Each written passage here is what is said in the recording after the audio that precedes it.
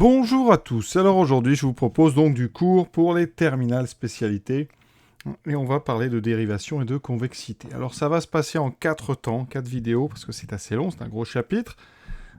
Donc et dans cette vidéo, on va donc rappeler ce que c'est qu'une dérivée, le nombre dérivé, notion de tangente, c'est-à-dire le programme de première spécialité. D'accord ? Ensuite, on fera une vidéo sur toutes les formules de dérivation, notamment une formule plus générale qui s'appelle la dérivée d'une composée, qui nous permettra de retrouver toutes les formules que vous avez ou pas apprises en première. Donc. Ensuite, on va passer à une nouveauté de terminale, ce qu'on appelle la convexité. D'abord, sa définition graphique avec les tangentes.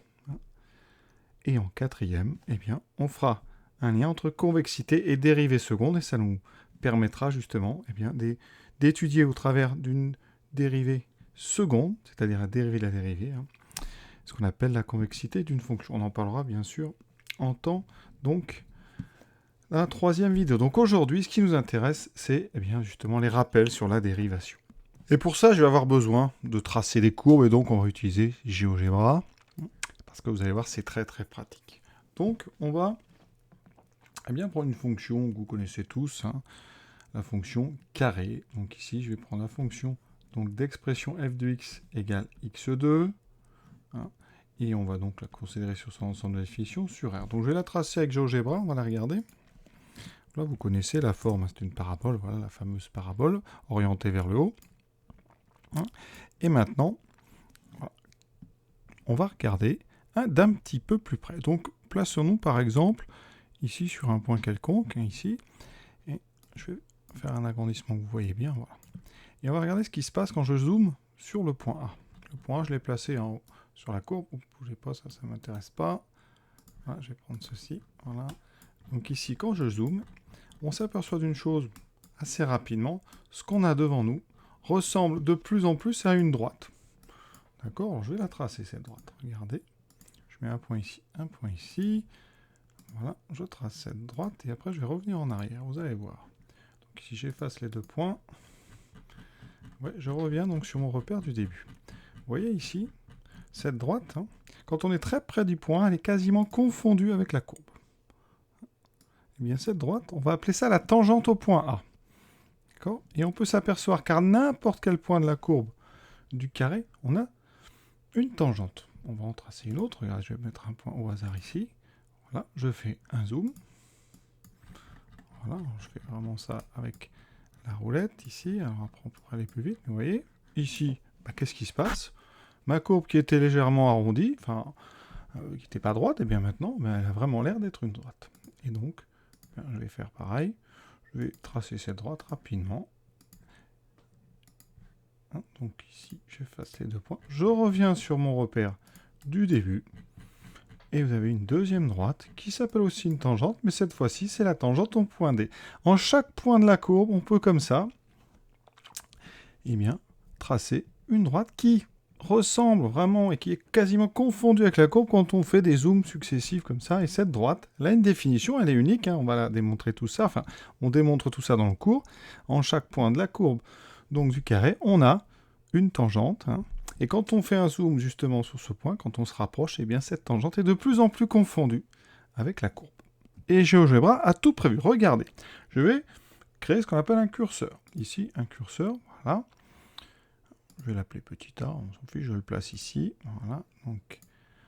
Et petit a, ça va être l'abscisse d'un point. Mon point, donc ça sera un point A. Le point A, de coordonnées, j'écris A, virgule, f de A, c'est-à-dire A et A carré, puisqu'on est sur la parabole. Ici, maintenant, je vais bien vous montrer ici, GeoGebra a prévu. Ici, quand on tape dans la zone de saisie tangente, voilà, vous voyez, tangente au point. Donc, A, et je veux la fonction qui s'appelle f. Vous voyez, ça trace la tangente. L'avantage, vous allez voir, d'avoir créé un curseur, c'est que quand je bouge mon curseur, petit a, ma tangente, vous voyez, elle est là. Donc vous voyez bien ici, on voit, en chaque point de la courbe, comme ça, on a ce qu'on appelle une tangente. Alors ça, c'est l'approche graphique. Et l'approche graphique avec la fonction carré. Si j'avais changé, par exemple ici, si je mets une autre fonction, par exemple la fonction cube, voilà, non, c'est pas du tout ce que je voulais faire, si, voilà, cube, regardez, ici, elle est tracée, mais quand je bouge, eh bien j'ai pareil. En chaque point de la courbe de la fonction que, ben oui, j'ai une tangente. D'accord, alors. Et chaque fonction qu'on va étudier, eh bien, on va s'intéresser justement à l'existence de ces tangentes. Le mot tangente, vous l'avez déjà entendu d'ailleurs, quand on est sur un cercle. Alors je vais dessiner un cercle comme ça. Ici, une tangente, c'est une droite particulière du cercle. Hein. Prenez un point quelconque du cercle, et bien ici, une tangente, c'est une droite. Alors, on sait, pour les tracer, il faut faire la perpendiculaire au rayon qui passe par le point. Vous obtenez une tangente ici. Et quand vous faites un zoom autour du point, bien, la tangente et le cercle sont quasiment confondus. Et la question qu'on peut se poser, c'est est-ce qu'on a toujours des tangentes? Alors regardez, si je trace une courbe arrondie, pas de souci. Vous pouvez regarder à n'importe quel endroit de cette courbe, si je mets un point, et bien en faisant un zoom, à un moment, je retrouverai quelque chose qui ressemble à une droite. Quelle situation nous donnerait un problème? Alors il y a une situation très simple hein, qui amène un problème, c'est quand on a des pointes. Par exemple, une courbe qui serait comme ceci. Quand vous faites un zoom autour ici, par exemple, de cette pointe, vous pouvez faire le zoom que vous voulez. À chaque fois, vous aurez comme ça un V pointu. Donc vous n'avez pas ressemblance avec une droite, vous avez toujours comme ça, ici deux demi-droites en fait, vous avez un angle. Dans le cours de première, certainement, on va montrer un exemple avec la fonction valeur absolue. Alors ici, vous voyez, je vais taper abs, x, voilà, la voici. Cette courbe, j'enlève la tangente pour la voir bien. C'est donc une courbe très particulière. Hein. Elle se trace d'un trait de crayon, mais en 0 ici, là, vers ici, vous avez un angle. Et quand je vais essayer de faire un zoom au niveau de cet angle, eh bien on a un gros souci. Ici, vous pouvez faire le zoom que vous voulez. Eh bien, vous aurez toujours cet angle. Ça ne ressemblera jamais à une droite. Alors, est-ce que GeoGebra a prévu ça? Donc, on va regarder avec mon curseur. Donc, je le rappelle, j'ai pris un curseur ici. Quand je trace la tangente au point qui correspond, bah, évidemment, quand je regarde près du point, ça ressemble à la première partie, enfin, la partie ici qui monte. Donc, ma tangente, elle est comme ça, vous voyez. Quand je bouge le point A, sur cette partie, la tangente ne bouge pas. Si je me mets de l'autre côté, la tangente, c'est l'autre demi-droite. Par contre, quand j'arrive sur 0, regardez, hop, et bien là, GeoGebra me met G non défini. Autrement dit, il n'y a pas de tangente au point O, ici, hein, parce que vous avez, ici, quand on fait un zoom, eh bien, vous n'avez pas ressemblance avec une droite, vous avez ce qu'on appelle deux demi-tangentes. Ce qui est intéressant, c'est que quand la courbe monte, quand on va vers droite, la tangente aussi. Et quand la courbe descend, la tangente aussi. Donc, si on pouvait arriver eh bien, à trouver par le calcul le coefficient directeur de ces tangentes, eh bien, on saurait si la courbe descend ou la courbe monte. D'accord? Vous voyez ici, je suis sur une courbe, une tangente qui descend. Vous voyez, son coefficient directeur, c'est moins 2,2. Donc, la courbe ici descend. La fonction sera donc décroissante. Donc, on va essayer d'étudier les tangentes parce qu'elles vont nous amener des informations sur le sens de variation de la fonction. Alors la question c'est comment est-ce qu'on va par le calcul réussir à trouver le coefficient directeur, ce qu'on appelle la pente de cette tangente. Pour ça, vous avez dû voir en cours qu'on utilise ce qu'on appelle des séquentes. Alors la tangente ici que je vais essayer d'approcher, c'est la tangente sur la toujours donc la fonction carré. Je prends x égale 1. Donc elle est ici, je la cache pour l'instant et on va voir. Donc première chose, je vais placer donc mon point. Il est ici. Pour m'approcher, je vais mettre un point ailleurs sur la courbe. Alors pour ça, je vais créer un curseur, ici, voilà. Et ce curseur, bougez pas, il n'a pas marché. Ici, je vais l'appeler petit h. Petit h, ça sera un nombre, ici. Et je vais ensuite créer un point M, dont l'abscisse, c'est 1 plus petit h, et dont l'ordonnée, c'est l'image de 1 plus petit h. Donc f de 1 plus petit h. Voilà. Ce point, pour l'instant, il est ici. J'ai pris h égale 1, donc m a pour abscisse 1 plus 1, 2. On va rapprocher le point M du point A. Et regardez bien, ici, je vais tracer la droite AM. Alors, je vais la mettre d'une couleur pour ne pas la mélanger avec la tangente qu'on va faire réapparaître. Donc, couleur, on va mettre en rouge, voilà. Un rouge, c'est peut-être pas intelligent parce que ma courbe est déjà en rouge. Propriété couleur, on va mettre ça en vert. Vous voyez, ici, je vais rapprocher donc le point M du point A. Comment on fait? Il suffit de rendre h proche de 0. Donc je vais diminuer la valeur de h. Ici, vous voyez, je m'approche. Et qu'est-ce qui se passe quand on s'approche? Eh bien, on se rend compte que la droite verte va se rapprocher de plus en plus de ma tangente. Alors ici, je vais reculer un petit peu, que vous voyez bien. Hein. Le point M, vous voyez, au début, il est là-haut. Voilà. Et quand il descend, ma droite verte, vous voyez, petit à petit, se rapproche de la droite noire. Et donc, on dit, et ça c'est tout l'objet d'un cours, hein, ici c'est un résumé, mais que la tangente, c'est la position limite de mes séquences quand le point M se rapproche du point A. Je vais vous montrer un petit peu, si on zoome sur le point A, donc vous avez ma droite verte, donc c'est ma séquente, la courbe en rouge, en noir, la tangente, que je vais essayer de m'en approcher. Donc ici, je vais faire varier le H. Je rends H le plus proche de 0 possible. Donc vous voyez, ici, je le descends petit à petit. Ma droite verte, vous voyez, progressivement, elle va se coller sur la droite noire. D'accord, elle est vraiment de plus en plus près. Et moi, ce qui m'intéresse, je vous rappelle, c'est le coefficient directeur de ma tangente, c'est-à-dire la pente. Eh bien, ce qu'il va falloir admettre, c'est que, puisque la droite noire se rapproche de la droite verte, eh bien, on va avoir l'idée que, finalement, le coefficient directeur de la droite verte, eh bien, il va se rapprocher du coefficient directeur de la droite noire, c'est-à-dire de la tangente. Donc, on va calculer le coefficient directeur de la droite AM, la pente de AM.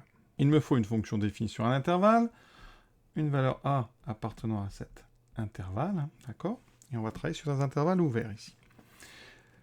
Je prends ici un nombre H, tel que A plus H appartient aussi à l'intervalle I. Comme ça, je vais pouvoir calculer l'image de A, l'image de A plus H. Je crée le point A, donc soit A, de coordonnées donc petit a, f de A. Autrement dit, A appartient à la courbe de f. Lui, il est considéré fixe. Et on prend un point M de coordonnées A plus H, f de A plus H. D'accord? Je calcule la pente. Pente de la droite AM. Vous savez ça, vous avez vu ça en première. Différence des ordonnées moins différence des abscisses, c'est donc f de A plus H moins f de A divisé par A plus H moins 1. C'est-à-dire différence des ordonnées moins divisé par différence des abscisses. Qu'est-ce qu'il me reste? Quelque chose qui normalement doit vous rappeler des souvenirs. F de A plus H moins F de A divisé par H. Ce coefficient s'appelle un taux d'accroissement. C'est le taux d'accroissement de la fonction f entre A plus H et A. Ici, eh bien, on va pouvoir donner une définition.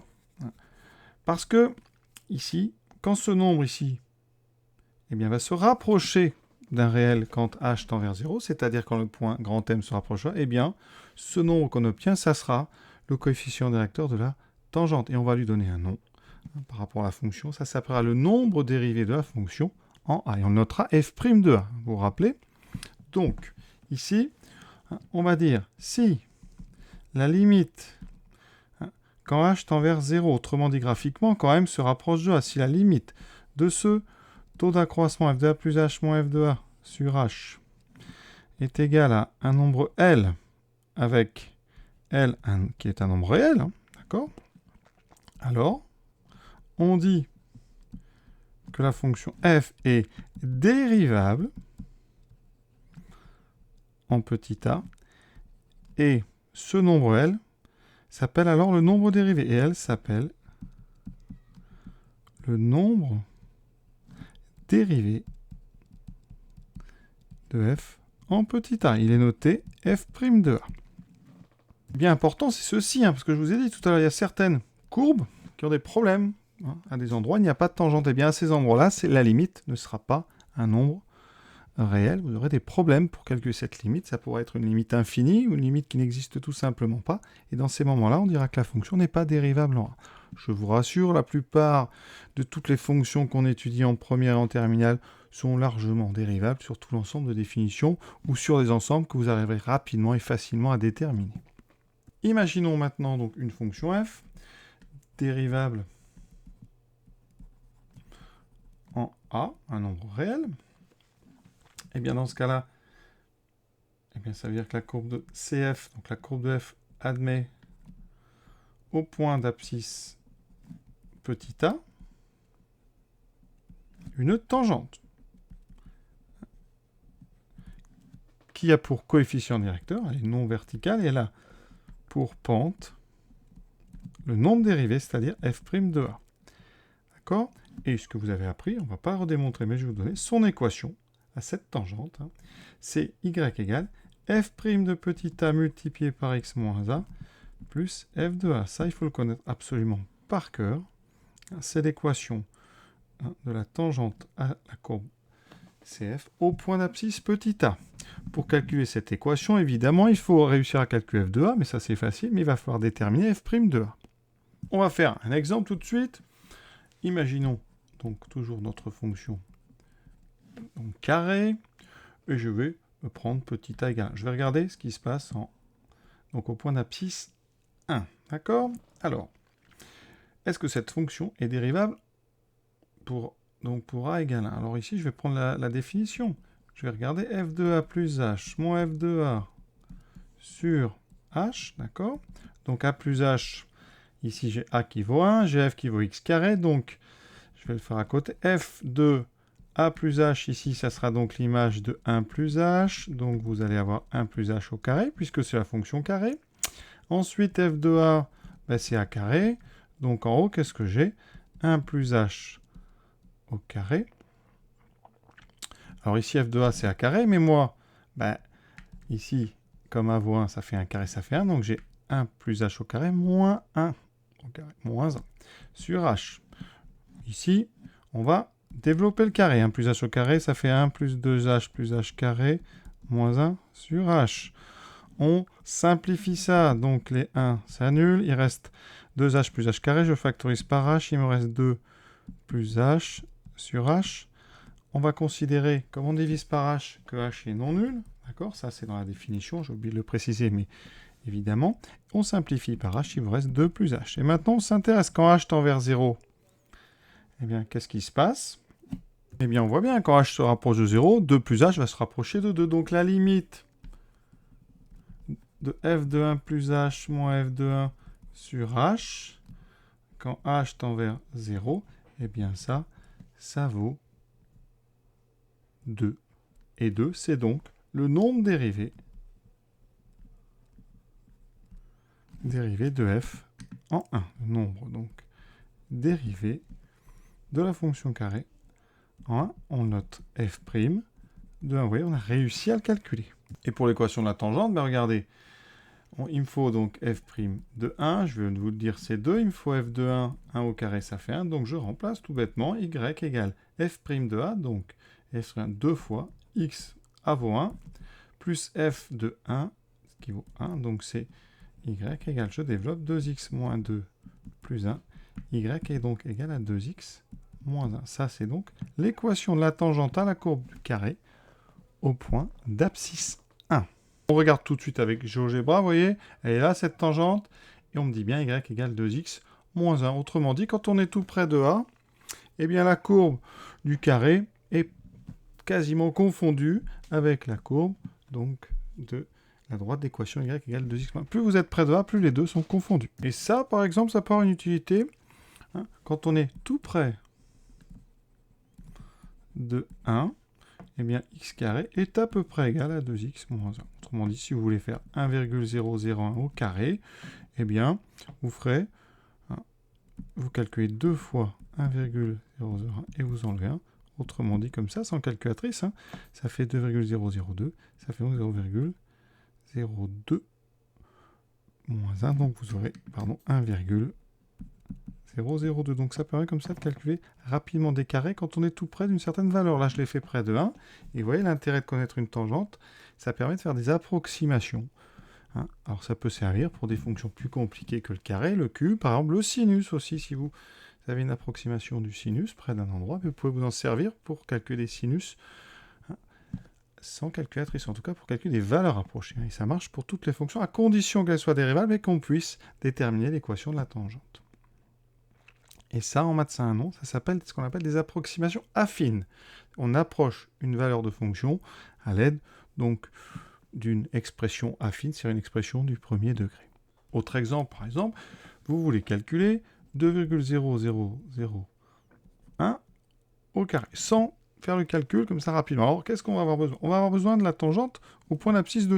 À quoi ressemble le carré quand on est tout près de 2? Donc, je vais calculer le nombre dérivé. En dehors, je vous le dis, on ne va pas faire le calcul, mais pour la fonction carré, f' de 2, c'est 4. Hein. C'est assez simple d'ailleurs, vous l'avez appris en dernier. La dérivée à chaque fois pour le carré, c'est 2x, donc c'est 2 fois l'abscisse. Si je suis pour x égale 2, j'aurai une pente de 4.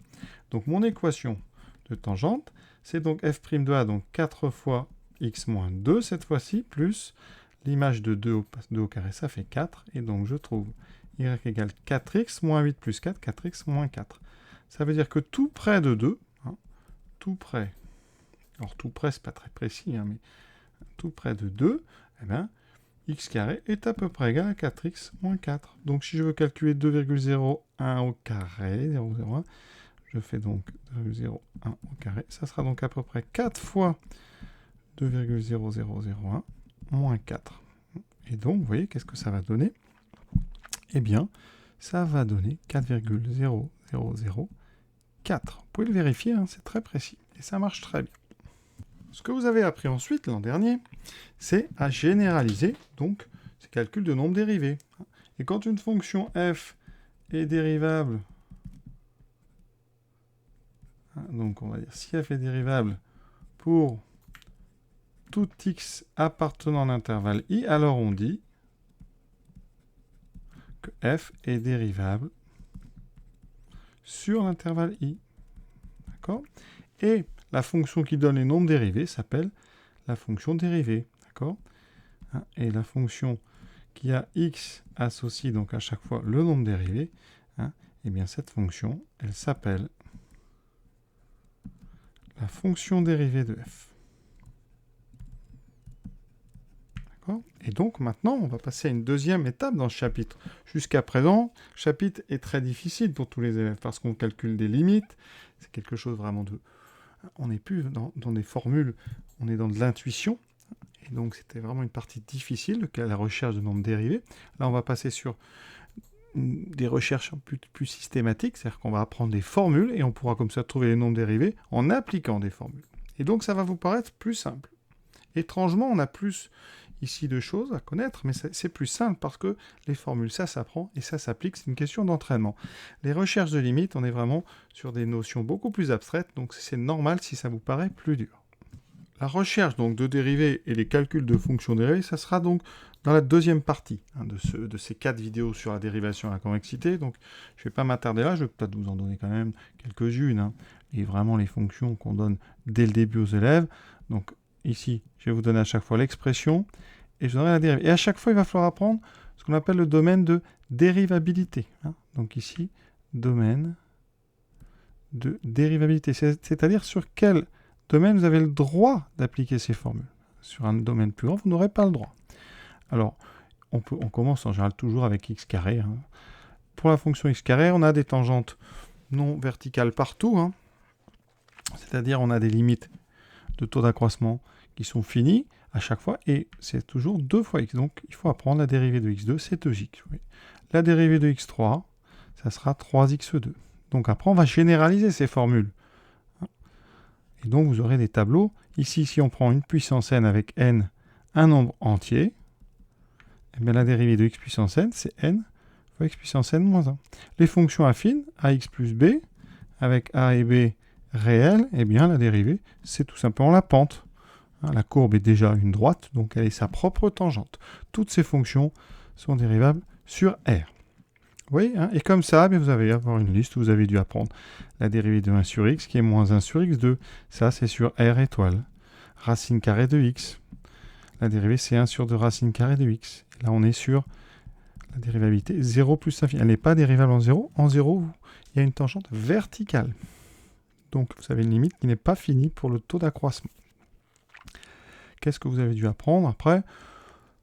Plein d'autres, mais on verra ça, je vous le dis, dans la deuxième vidéo, c'est-à-dire toutes les formules à connaître et toutes les dérivées des fonctions de référence. Et la propriété capitale qui nous sert tout le temps, mais qu'on ne rappelle pas quand on s'en sert, c'est justement le lien entre dérivée et sens de variation. Si sur un intervalle i, eh bien votre fonction, eh bien, sa dérivée est toujours strictement positive, sauf en quelques points, c'est-à-dire en un nombre fini de points, eh bien votre fonction, alors, elle est strictement croissante sur cet intervalle. Et si ben, elle est strictement négative, sauf en un nombre fini de points, alors elle sera strictement décroissante. Ça veut dire que eh bien, le signe de f' va vous amener les variations de f. Et donc ça c'est capital parce que ça va être une façon d'étudier les variations beaucoup plus simple que ce qu'on avait auparavant. On va pouvoir généraliser justement les études de variations à l'aide de la dérivation. Donc on va dériver les fonctions grâce à des formules qu'on va vous apprendre et que vous connaissez peut-être déjà. Et après, il va être question d'étudier le signe donc de cette dérivée. Exemple, je prends une fonction du second degré, on est sur R, je veux connaître ses variations, eh bien on sait que les polynômes sont dérivables sur R, donc on le dit, f est dérivable sur R, parce qu'entre parenthèses, c'est un polynôme. Dans ce cas-là, on sait dériver f', on a appris à le faire, par exemple c'est 2x moins 3.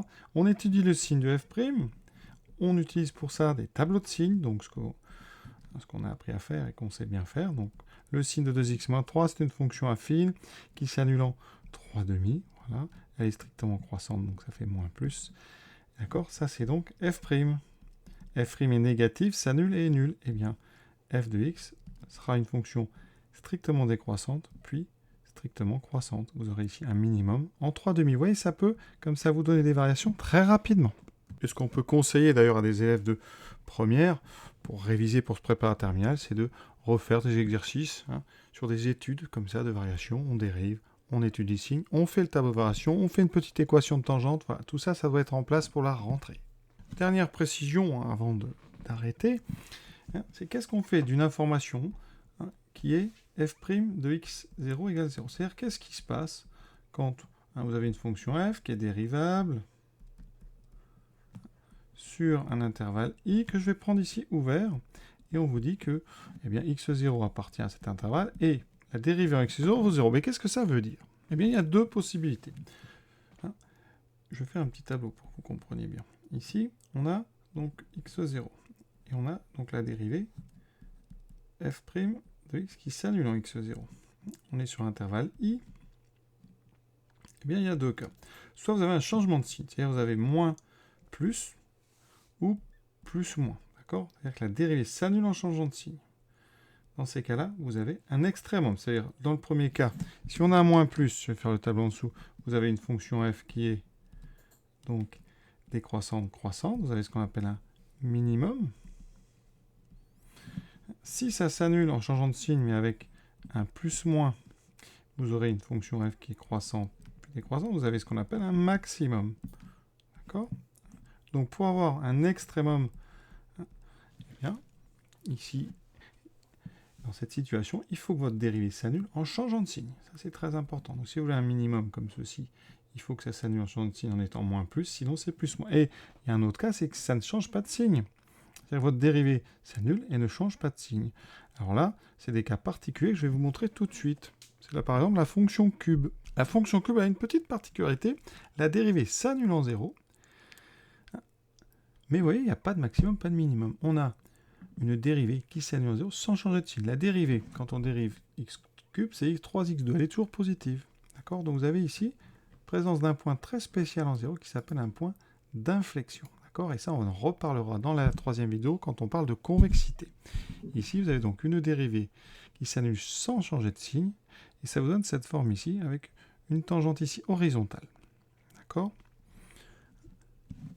Et prenons un dernier exemple. Voici une courbe x cube moins 2x plus 1, vous voyez. Ici, on a un maximum, un minimum.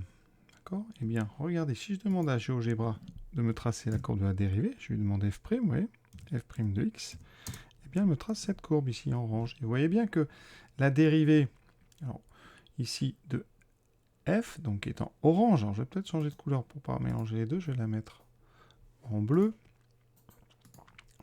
Ici, ma dérivée est en bleu, vous voyez, qu'est-ce qui se passe? La dérivée s'annule ici, d'accord, à cet endroit-là. Et bien, quand vous regardez plus haut, eh bien, ça correspond à un endroit où il y a une tangente horizontale. D'accord? Ici, votre courbe bleue s'annule une deuxième fois. Eh bien, sur la courbe rouge, ça correspond à un point.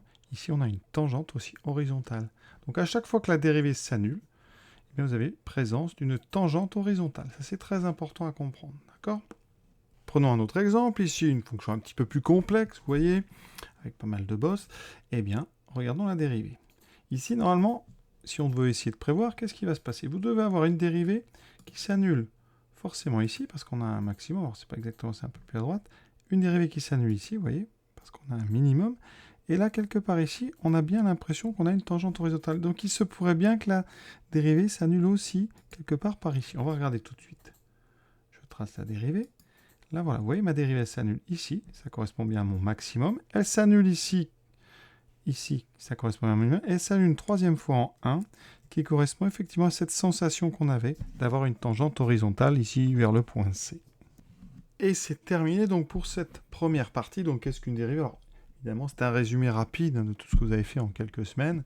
Voilà, j'ai vraiment essayé de condenser tout ça. Donc je répète les choses importantes. Vraiment savoir donc calculer la limite d'un taux d'accroissement. C'est pas facile, mais savoir le faire sur des exemples simples comme le carré en 1.